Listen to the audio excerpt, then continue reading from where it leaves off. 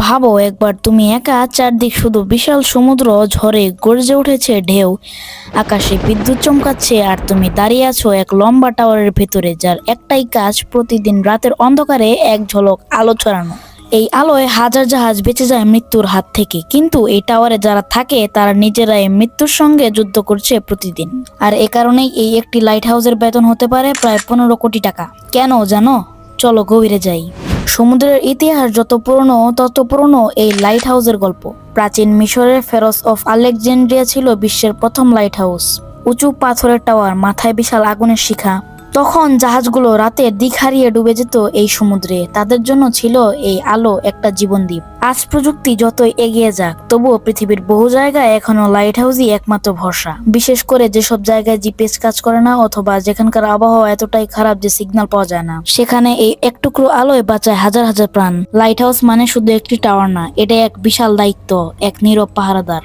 এবার ভাবো, তোমাকে যদি বলা হয় তুমি এখানে একা থাকবে, সমুদ্রের মাঝখানে কোনো মানুষ নেই, কোনো শব্দ নেই, শুধু ঢেউয়ের বাতাস আর গর্জন। এই লাইট হাউস জীবনটাই কিপারদের যেন বাস্তবতা।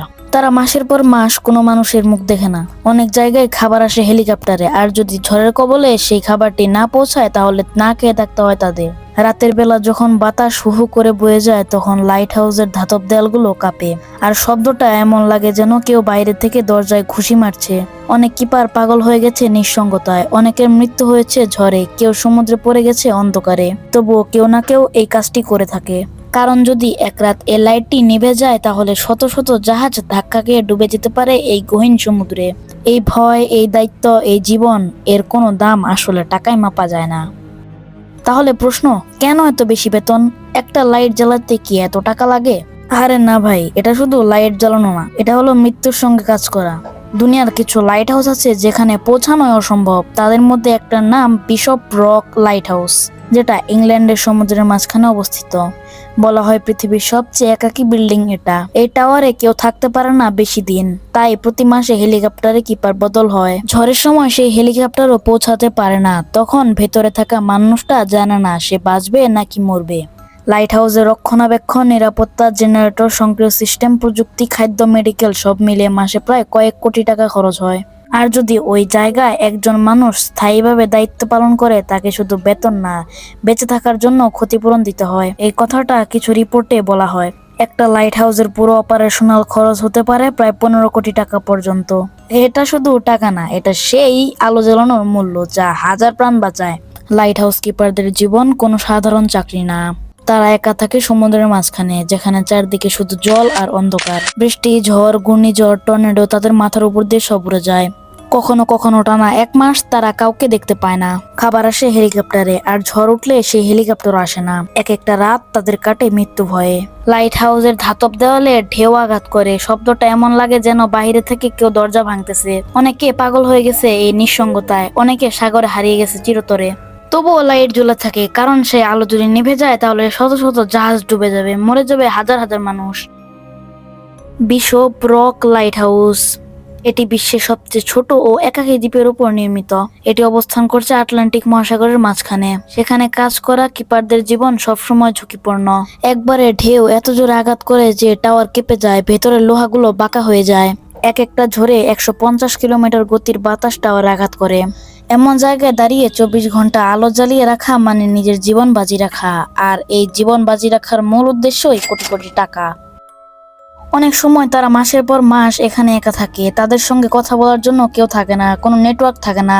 অনেকেই তাদের মানসিক চাপ, হ্যালোসিনেশন, এমনকি আত্মহত্যা পর্যন্ত করেছে এই নিঃসঙ্গতার কারণে। কিছু জায়গায় এখন রোবট বা স্বয়ংক্রিয় ব্যবস্থা বসানো হয়েছে, কিন্তু পুরনো কিছু লাইট হাউসে এখনো মানুষকেই থাকতে হয়। বলা হয় পৃথিবীর সবচেয়ে নিঃসঙ্গ মানুষ হলো লাইট হাউসের কিপার, যাদের চোখে আলো জ্বললেও কিন্তু মনের মধ্যে জমে থাকে হাজারো অন্ধকার। আধুনিক লাইট হাউসগুলোতে সৌর বিদ্যুৎ, সক্রিয় সোলার এবং বিভিন্ন রাডার সিস্টেম থাকে। শুধু একটি মাত্র লাইট হাউস পরিচালনা করার জন্য বছরে খরচ হয় 20 থেকে 25 মিলিয়ন ডলার, যা বাংলাদেশি টাকায় প্রায় 200 কোটি টাকা। কিপারদের মাসিক হিসাব ধরলে প্রায় 15 থেকে 16 কোটি টাকা খরচ হয়। তাই এই সংখ্যাটা পুরোপুরি বাস্তবতা সম্পন্ন। এই 15 কোটি টাকায় শুধু আলো জ্বলে না, এই টাকায় টিকে থাকে হাজারো প্রাণ, আর নিরাপদ থাকে পুরো সমুদ্র পথ। Kezia light house. এটি 1987 সালে সম্পূর্ণ সক্রিয় হয়। আগে এখানে কিপার থাকতেন, এখন পুরো সিস্টেম চালায় সেন্সর ও কম্পিউটার। কিন্তু খরচ কমেনি, বরং বাড়ছে রক্ষণাবেক্ষণে। মানুষ সরেছে কিন্তু খরচ কমেনি, কারণ সমুদ্রের রোষ আজও আগের মতোই ভয়ঙ্কর। সমুদ্রের গহীন অন্ধকারে যখন জাহাজ ডুবে যাওয়ার সম্মুখে, তখন দূরে এক ঝলক আলো দেখা যায়। একটা ছোট্ট টাওয়ার, একটা নিঃসঙ্গ মানুষ, আর সেই আলোই বলে তুমি এখন নিরাপদ। লাইট হাউস কেবল একটি ভবন না, এটা একটা প্রতীক, মানব সাহসের, ধৈর্য আর আত্মত্যাগের প্রতীক। 15 কোটি টাকার বেতন আসলে টাকার মূল্য না, এটা সেই সাহসের মূল্য যা মানুষকে সমুদ্রের মাঝখানে একা দাঁড়িয়ে থেকেও বিশ্বকে নিরাপদ রাখে। তাই পরের বার যখন তুমি সমুদ্রের ধারে দাঁড়াবে আর দূরে এক আলোর ঝলকান দেখবে, তখন মনে রাখবে ওই আলোর পেছনে কেউ একজন আছে, যে নিজের জীবন বাজি রেখে তোমার জীবন বাঁচাচ্ছে। এটাই লাইট হাউসের গল্প, এটাই সেই 15 কোটি টাকার রহস্য। এই পৃথিবীতে সব আলো সূর্য থেকে আসে না, কিছু আলো আসে এমন মানুষের কাছ থেকে যারা নিজের জীবন বাঁচিয়ে রেখে একা নিঃশব্দ সারা দুনিয়াকে বাঁচিয়ে চলেছে। তো বন্ধুরা, রহস্যপথের এই ভিডিওটি যদি ভালো লেগে থাকে তাহলে অবশ্যই কমেন্টে জানাতে ভুলবেন না। দেখা হবে অন্য একটি ভিডিওতে, সে পর্যন্ত ভালো থাকবেন।